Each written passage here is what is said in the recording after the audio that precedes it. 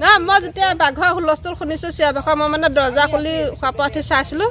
চাই যে সেইফালে হুলস্থুল শুনি আহি মই এক জগোৱা মানে উঠি আহি দেখা পাইছোঁ যে আমাৰ এই সন্মুখত বাঘ মানে এইফালে জংঘলেদি আমাৰ বাৰী দিয়ে সোমাই গৈছে ডাঙৰ বাঘ ডাঙৰ বহুত ডাঙৰ বাঘ জীৱনত প্ৰথম দেখিছোঁ প্ৰথম মানে জীৱনত প্ৰথম দেখিছোঁ আৰু এতিয়া মহাপাট কেতিয়া আশ্ৰয় লৈ আছে এতিয়া ভাবিছোঁ ইয়াতে আছে বোলে যাবলৈতো সিফালে ধৰি লওক গম পোৱা নাই এইখিনিতে থাকিব লাগিব আৰু বেলেগতো বাৰু জেগাত যোৱা নাই এতিয়া বৰ্তমান এইখিনিতে সোমাইছে যেতিয়া আমাৰতো আফচোচ এইখিনিতে থাকিব লাগিব মহাপাটৰ মাজতে আৰু বেলেগতো জংঘল নাইয়ে বাৰু ইয়াত দেখিছিলে কোনোবাই ক'লে বোলে শিয়াল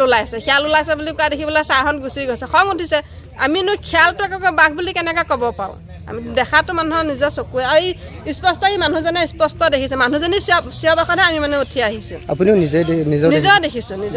মোৰ ল'ৰা ডাঙৰ ল'ৰাটোৱে দেখিছে আৰু এয়া কিন্তু ল'ৰা দেখিছে